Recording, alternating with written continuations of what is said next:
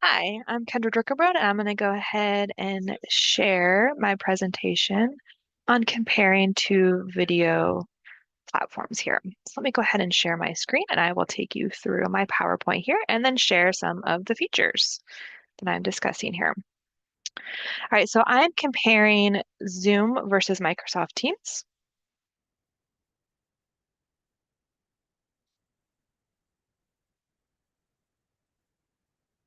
All right, so as far as the platform options go, so first we have Zoom, and we have different plan options, right? So for Zoom, we have the free plan, which is a 40-minute cap on group meetings, and you can have up to 100 participants.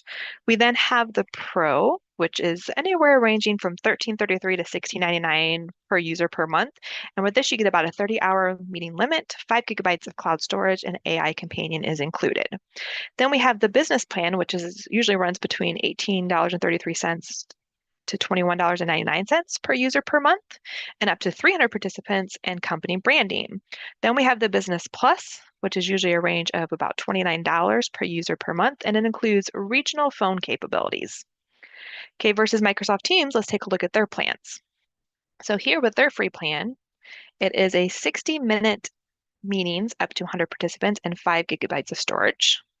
We have what's called the Essentials, which is usually about $4 per user per month. This you get 30-hour meetings, up to 300 participants, 10 gigabytes of cloud storage.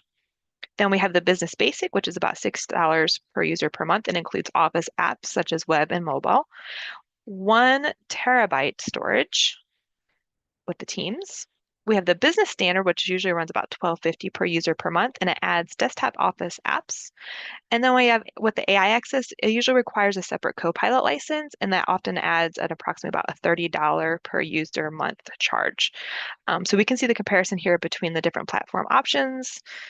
Some are better than others, right? Depending on how long you want your meetings to be, how long your classes are that you're using this for, how much of storage you would like, and what other kind of platforms or apps that you would like to use, whether you would like to include them within the plan or if you're going to have to pay extra, especially with some of the AI stuff with Microsoft Teams. Okay, next we have some key differences here. So collaboration versus meetings. So Teams kind of acts as a digital workspace where users can co-edit documents like Word and Excel in real time within the app. And Zoom does add a similar feature like Zoom Docs, but it remains primarily more meeting centric, really based around the meeting. Okay, external versus internal use. So Zoom is widely preferred for external meetings because guests can join via a link without needing an account or an app. You can also make private meetings too, where they have to have like a certain platform that they have to use in order to join. So for example, the school I'm at, they have to sign in through Clever, or else you're not able to get into the meeting. So it does have that option as well. And then Teams can be a little bit more restrictive for external users, often requiring them to have the app or use a specific browser and using theirs. Okay, chat functionality. Teams features persistent threaded chat organized by channels. And Zoom's chat is often used as a secondary feature for use during or immediately following meetings. All right, yes, I know with Teams, I've used both. So with Teams, yeah, you can go into those channels and you can actually see that threaded chat outside of the meeting time versus the Zoom chat during the meetings. Or again, you can actually save the chat for your Zoom meetings too before you close it out. Okay, performances. So Zoom is noted for superior performance on low bandwidth connections, automatically adjusting video quality to prevent drops. And then Teams typically requires a steadier connection to maintain its HD quality, and I'll talk more about that later. Security, both platforms offer enterprise-grade security, but Teams has a perceived edge for highly regulated industries due to its integration with Microsoft Admin Center for unified compliance policies. It's a little bit higher security there with the Teams versus being bombarded accidentally in a Zoom meeting. Meeting limits, Team allows up to 1,000 participants on a standard paid plans. Zoom standard supports 300, requiring a large meeting add-on for up to 1,000. AI integration, like I said, Zoom includes an AI companion on paid plans for meeting summaries, and Team requires that separate Microsoft Copilot license for similar advanced features. Breakout rooms, so pre-assignment. So Zoom, you can allow It allows pre-assigning participants before the meeting. Um, Teams does not quite offer that feature quite yet, right? And then obviously you can do with breakout rooms, you can do them during the meetings. Management, so Zoom supports co-host and managing rooms. And Teams, only the main meeting organizer can create or manage the rooms. I've had classes where I've had co-host and they've created breakout rooms for me as I'm teaching, which is a great thing to have while using Zoom. Okay, chat persistence. Teams breakout rooms chats persist after the meeting, allowing access to shared files / history, and Zoom chats are only available while the room is open. So again, that's chat during breakout rooms. Capacity. So Zoom allows up to 100 rooms that you can create, while Teams only allows up to 50 rooms. The movement, both platforms allow hosts to broadcast messages and move between the rooms. As far as participant movement in Zoom, it's a little bit more flexible.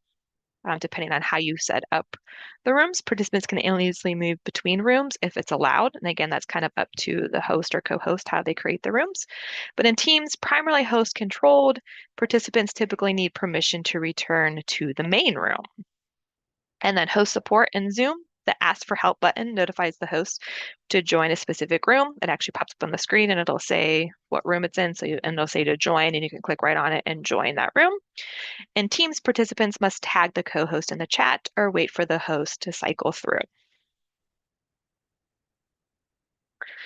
Okay, so we're going to talk about some of the key features in both platforms. We're going to start with Zoom. So we have the mute and the unmute capability. So you're going to use the microphone icon in the bottom toolbar to mute or unmute yourself. You can also mute participants in the meeting by opening the participant window, hover over the participant's name and click the mute button. So as you can see in this picture, that's what you'll usually have. It looks like the microphone. Again, when it has the red slash through it, it means you are muted. And when you click on it, you will then unmute yourself. Okay, we have the camera settings, so you can click on the arrow next to the video icon and you can choose to blur your background or apply a virtual background or filter. And again, we have it right here. It's the arrow beside there. And then you can do your settings, video settings, and again, you can choose, and I'll do that here in just a moment. And the last one is the reactions button. So with the reactions button, you can click on the reactions button at the bottom toolbar and you can add a reaction such as a raised hand, be right back, thumbs up, or a celebration. As you can see, right here's the reactions button. So I'm going to stop sharing my screen here for a second and I'm going to demonstrate especially the backgrounds within Zoom.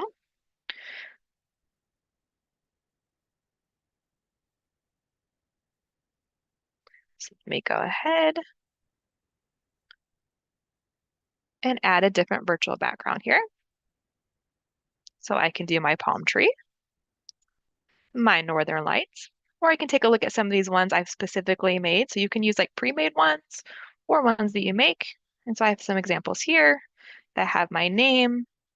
I can add an objective. Here's my name. I can add an objectives that I want to write here, visual daily things that I want to have. I also have my school logo here, the Lighthouse Virtual Academy. So I have a couple of these different ones that I've created.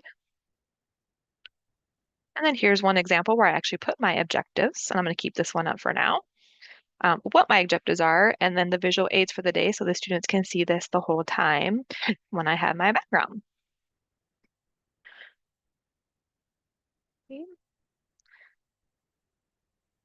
Can also add a react button if I want to give a thumbs up. And you can see it floating up there on the screen, right? Or give a heart, right? That can be my reaction button. Okay, go back to sharing my screen.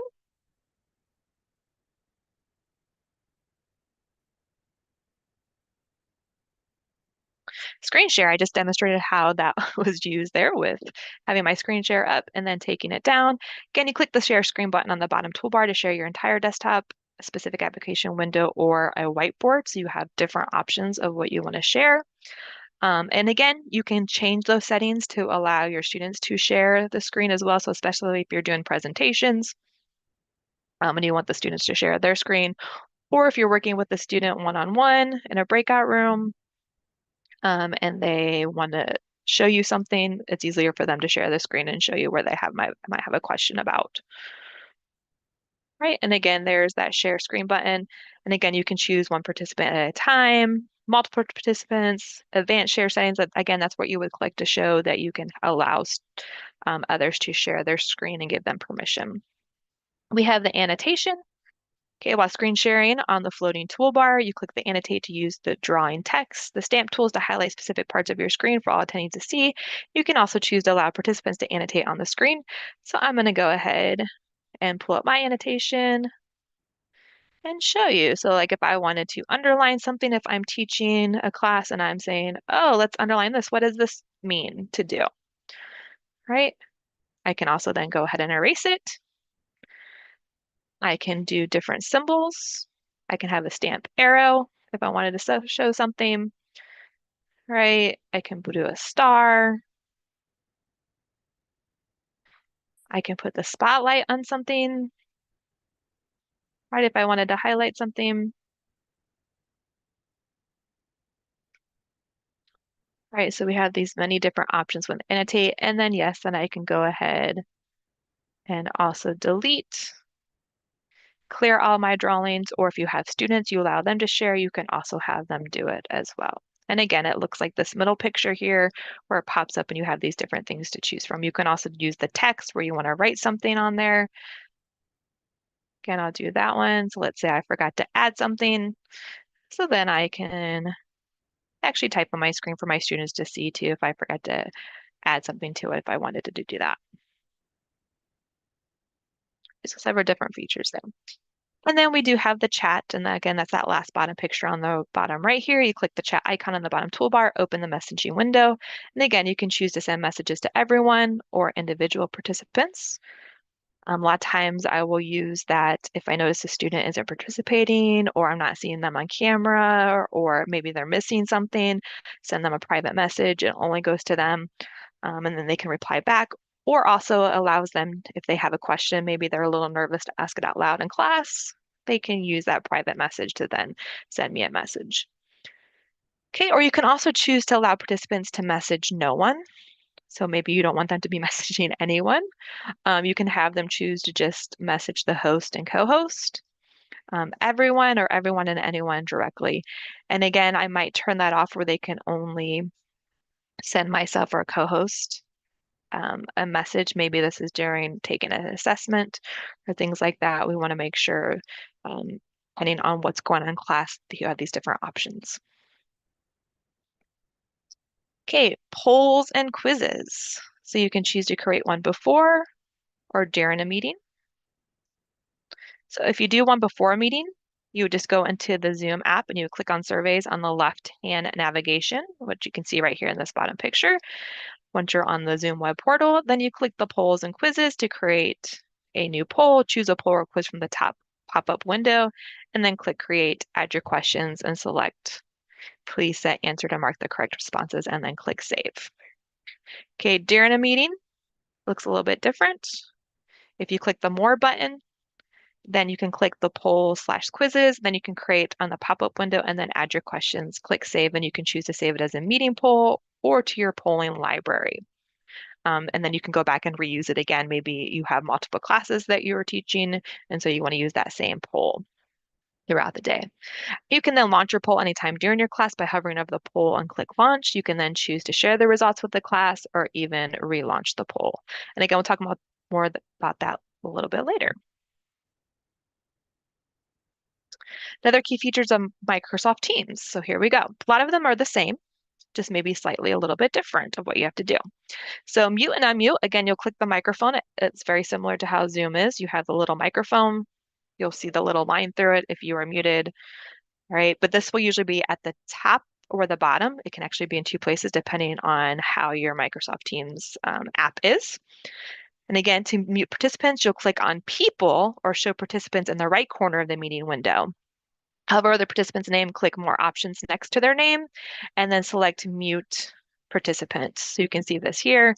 Again, you have to click people here, and again, hover over their name or click the little thing, and then you can mute them. Okay. You can also choose to mute, click the mute all button, and then that can mute all the participants. Okay, camera settings, you navigate to the top right. So again, that's a little bit different. You have the top right meeting window, click the drop down arrow next to the camera icon. And again, you can kind of make those different backgrounds. You can blur your background, apply a virtual background filter, or video mirror. Again, just those different effects here. And then reactions, you have those as well in Microsoft Teams. Again, you'll have the little button that has, again, it's usually up in the right-hand corner. You can kind of see it here. It's like either a smiley face or it might have a smiley face with a hand, depending on what kind of version you have of Microsoft Teams. And again, you can have the blurry background, or I'm sorry, you can choose to get the raise hand, be right back, thumbs up, or celebration. You also have the screen share, like I said, in Microsoft Teams. Again, they'll have the little share button. It looks like this in the top right corner, and choose whether to display. Again, you can choose your entire desktop, a single application window, a PowerPoint, or a whiteboard. So again, you have those different options. Annotation as well, just like in Zoom. Raw screen sharing your entire desktop screen. Again, it's a little bit different. You want to make sure in this one that you're sharing your entire desktop slash screen. You don't want to pick one of these other options. That's the only one where you can actually use the annotation on versus Zoom. It doesn't really matter which one you're sharing. You can always use the annotations. You click on the little pen icon on the drop-down meeting toolbar at the top of your screen. Click to start annotations. It usually takes a few moments for it to load with the start annotations. And then once this pops up where you can actually see the markers and the different things, then you can start annotating. And again, you can choose whether you want others to also annotate.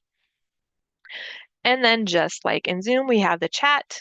You click the little chat icon that looks like a speech bubble in the meetings control. However, with Microsoft Teams, you cannot send private chat messages inside of the meeting chat window while you're in the meeting. But if you wanted to open up on another screen, open up the main Microsoft Teams window, click on the chat icon there on the left-hand sidebar, click on the participant's name, and then you can actually open a direct one-on-one chat, and it's actually completely separate from the meeting. All right, so it's not actually going to be in the meeting itself.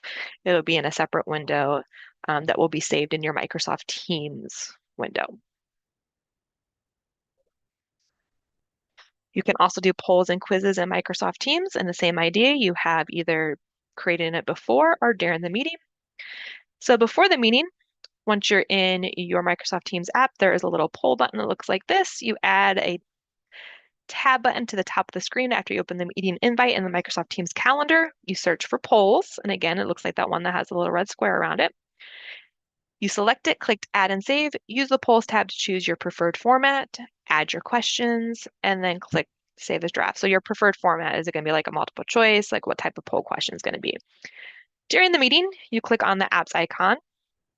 And again, this is before the meeting here, another video picture there. And then this is what it looks like during the meeting. You click on the apps icon and select New Poll. Choose your preferred format, add your questions, and then save as draft, or you can go ahead and just launch it. And again, it will look like this. So again, the first two pictures down here are before the meeting, how to get the new poll. So you click polls. This is kind of how you have to add it first to make sure you have it. And then once you open up your Teams meeting for that meeting, whatever it may be, you add your new poll. And then this pops up over here to kind of give you suggestions on the question types. And then again, you can launch your poll anytime during class by clicking the polls icon at the top of the Teams window. A panel will open on the right, you'll find your poll, and then you will launch it. All right, so now that we kind of made a comparison between the two, not only the different um, prices, the different plans, we also looked at the different features, key features of them. Here are my thoughts about which one I think is the better platform. And I've used both. And so I believe that Zoom is the better platform, not only based on my research, but also my own experience with using both platforms. I feel like Zoom is a little bit easier to navigate, not only as being the teacher, but also with the students I've worked with. And using both of them, they seem to be able to navigate Zoom a lot easier than Microsoft. They get a little bit more confused of where things are at in Microsoft Teams versus Zoom. The application seemed to be easier to find, and I like that I can privately message the students directly in the Zoom meeting, right? Versus needing to have to go ahead and open up the other app for the Microsoft Teams to send a direct message. That's one of the features I really appreciate in Zoom is doing those direct private messages. I also feel that the speed of my internet connection was much slower when I was using Microsoft Teams versus Zoom, like when I was trying to either share my screen, share documents, go through slides, share videos for students to watch, like for us to watch together, was really hard for some reason to do at Microsoft Teams versus Zoom. Seemed to be a lot easier, and having for it to load and not freeze up. And when that was happening, I feel like it was wasting instruction time that I could have had with my students. And again, like I said, in my opinion, I feel like the students feel more comfortable in navigating in Zoom. And again, that makes a little bit more smoother class experience, not only for myself, but for the students as well. And they feel more confident when they are doing things in Zoom. So using them, I did demonstrate some of our the key features here, but I use the screen share. You can see that I use that in my direct instruction. I'm sharing the slides. All right, I would also use it, again, if we're doing a worksheet together, if we are watching a video, right? Or we're doing an um, different activity together, maybe a lab or something. That screen share is very important. And also not just for me, but for my students to have that availability to also share their screen. So I can help them troubleshoot, right? Or they can point things out, or if they have a question, they can show me exactly what issue they might be having, or even with sharing with students when they're doing projects, right? Or working on group work together. They have that availability to do that. Using the annotation as well, right, to highlight those important ideas. So again, if we're kind of having a direct instruction and telling the students to take notes, I'll use the annotation to underline, or if they're doing guided notes to help them get those filled in. They can watch my screen and I can underline and say, hey, this is what needs to be filled in for your guided notes. Something they really appreciate, so they're not just saying, hey, what word did I put here? You can show them. Okay, and then also having them annotate on the screen to share their opinions and collaborate with each other. So I might ask like a question and say, hey, everybody write on the screen. They really enjoy doing that too. I don't know why it's fun for them, but they really enjoy that opportunity to be able to annotate on the screen. And so you can see them writing or typing or adding like hearts and things like that to the screen directly and then discussing what they came up with. Okay, utilizing the breakout rooms. Use those a lot either for collaboration, if we're doing some kind of station work, right? Or where I can work and help small groups, whether that is some intervention or even enrichment. And also giving the students like the opportunity, like say, this is what we're doing in this room, this is what we're doing in this room, and then having them choose what they might need to work on or what they want to take a look at. That's also a great opportunity to use breakout rooms for. Using the polls or quizzes during live sessions, right, provides that immediate feedback on students' likes or dislikes. Um, Again, if it's just basic questions like that, sometimes if an ELA, if we have like different stories to choose from, put a poll up there, which story sounds like one that you would like to read. So tell them a little bit about the story, put the poll up, and then you can see right away, and they can see right away like what everybody voted for, the percentage that got the highest. That's the story we're going to read, right? Can also help with understanding of concepts or for them also to express their own understanding. So it can be specific questions, like a science related question. Maybe it's at the beginning of class based on what we did the day before, or even at the end of class after a lesson. Ask them a few questions, like as an exit ticket or something like that, and kind of see how it is. Share their results and see kind of where we're at, or even expressing their understanding, like, yeah, I feel great, or no, I need more help, or, and kind of seeing where the class is feeling. Those polls are really great. And the fact that you can then share them, the results right away with the students, and they can kind of see where they fall into the categories. Okay, I also like this, again, using the reaction buttons, right? Not only myself, but I have students do that, right? Raise their hand if they have a question instead of blurting out things, just unmuting, right? They can use the raise the hand feature. They can also use the reaction button as a fun way for them to express how they're feeling about a topic, or if they like the answer that somebody else has said, they can put the little hands clapping or the heart, whatever it may be. If we're watching a video or something, they can express without having to say it out loud or type it in the chat. They can just put that little reaction button. Okay, again, the virtual backgrounds, like I said, provide an outline for the agenda for the day. So I can also put the class objective, do a fun fact. You could do the agenda. You can have a picture that represents what we're doing that day, whatever it might be. Right? We also have the filters. So A lot of times the filters are really fun for a reward for students. So they either do well on assignment or maybe the whole class completed an assignment and they can choose a filter for me to add or a background, whatever it may be. And then we also have the whiteboard feature, which is also a great tool to use when solving problems and showing the work to students. So I'm actually going to do a couple of these here real quick. So let me stop sharing so I can make it nice and big and you guys can see the filters that we can also add that again, if students want me to put them up as a reward. So I have my virtual background, right? But then I can also add a filter to my face. So if they want me to be a lion for the day, or I can be a little mouse or a unicorn, right? It can be a shark. I can have a little dog in the corner, right? I can add a little background around. So several different features. We can have me eating lollipops, right? And they really like these, giving me a mustache. Students really like to be able to choose that, and they think it's really funny when you have a filter there. So that's kind of one of their fun things.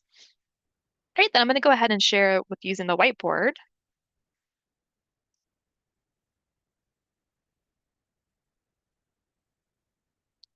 Let me get that pulled up.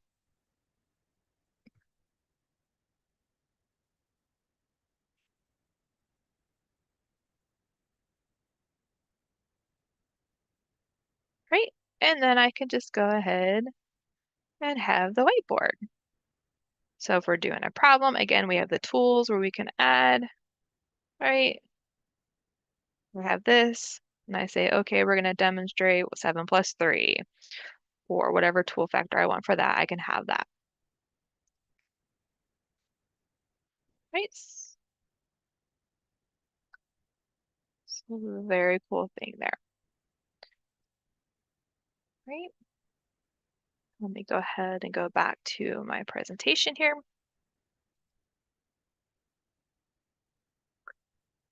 The last thing, again, we know that chat feature. Again, like I said, we can use that. I use that chat feature to share links. Again, maybe it's just a website I want students to go to, not necessarily something I have to put in to my Canvas, which I use where I put my assignments. Maybe it's just a link for us to go. Again, send those private messages to specific students. And again, having that ability to choose who students can chat with. And again, I usually kind of change that one and maybe use where they can only chat with myself or the co-host during assessments. Again, helping with those distractions with students. Okay, so there are my thoughts on the two different platforms. Again, Zoom versus Microsoft Teams. Thank you so much.